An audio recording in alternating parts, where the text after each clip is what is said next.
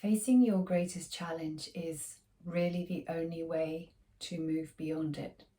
Because what happens if we keep pushing it down and ignoring it, as is that its persistence just gets louder and stronger.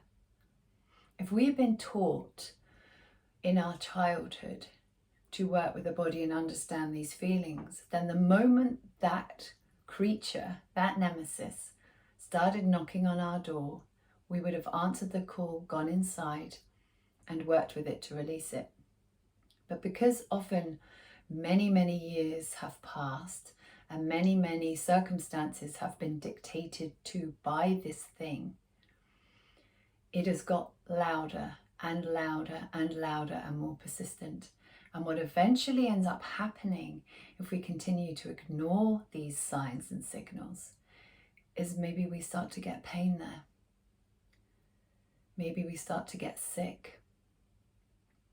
Because the only way to really move this energy and release it is to put all our attention on it. But it's uncomfortable.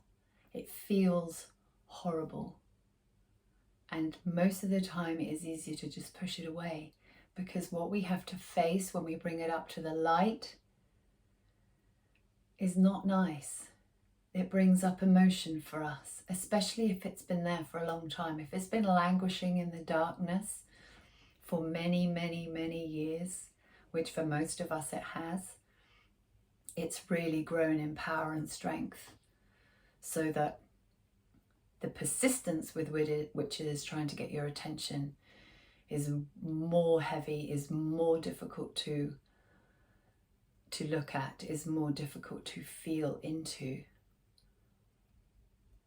And I understand that perhaps the last session would have been quite difficult and would have brought up a lot of stuff for you.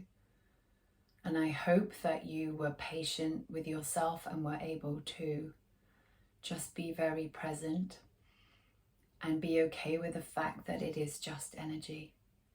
These feelings that move around our body and try to get our attention in various places, it is just where the energy is not flowing as it is supposed to.